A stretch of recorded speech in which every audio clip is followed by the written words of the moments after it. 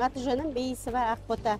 Мен осы заводта өндіруші болып, негізінде слесарь болып жұмыс істеймін. Келген кезінде бізді бір күн оқытты. Алдын ала бір күн шақырады, жұмысқа кірмей тұрып. Қазір жүріп жатқанымыз Kia Sportage'ді құрап жатырмыз. Одан кейін 12-ті құрадық. Бәрі маған ұнайды. Өйткені менің қолымнан келеді. Мен слесарь болып, ең бірінші слесарь болып қабылдандым. Мен келгенде негізінде өзім ойлаған, бұл ер адамдардың жұмысы ғой. Әйел адамдарға осы істеу тән ба, осы керек ба деп. Бірақ келгеннен кейін бір-екі күн кішкене қиындау болды алғашқы келген кезінде.